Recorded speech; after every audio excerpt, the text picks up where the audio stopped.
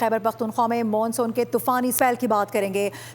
تیز بارشوں اور سیلابی ریلوں کی تباہ کاریاں جاری ہیں۔ 3 روز کے دوران 14 افراد زندگی کی بازی ہار گئے ہیں، 19 زخمی ہیں، متعدد مکانات تباہ، سڑکیں، گاڑیاں اور پل بھی پانی کی نظر ہوئے۔ جنوبی وزیرستان کے علاقے سروخہ میں مکان کی چھت گرنے سے ایک ہی خاندان کے 4 افراد جان کی بازی ہار گئے ہیں۔ جاں بحق افراد میں میاں بیوی، بیٹا اور بیٹی شامل۔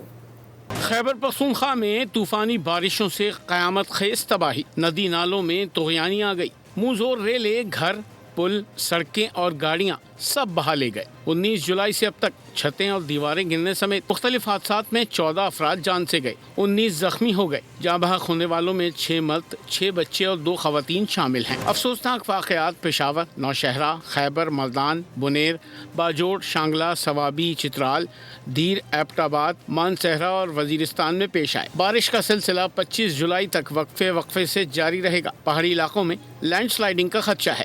محکمہ موسمیات نے خبردار کر دیا۔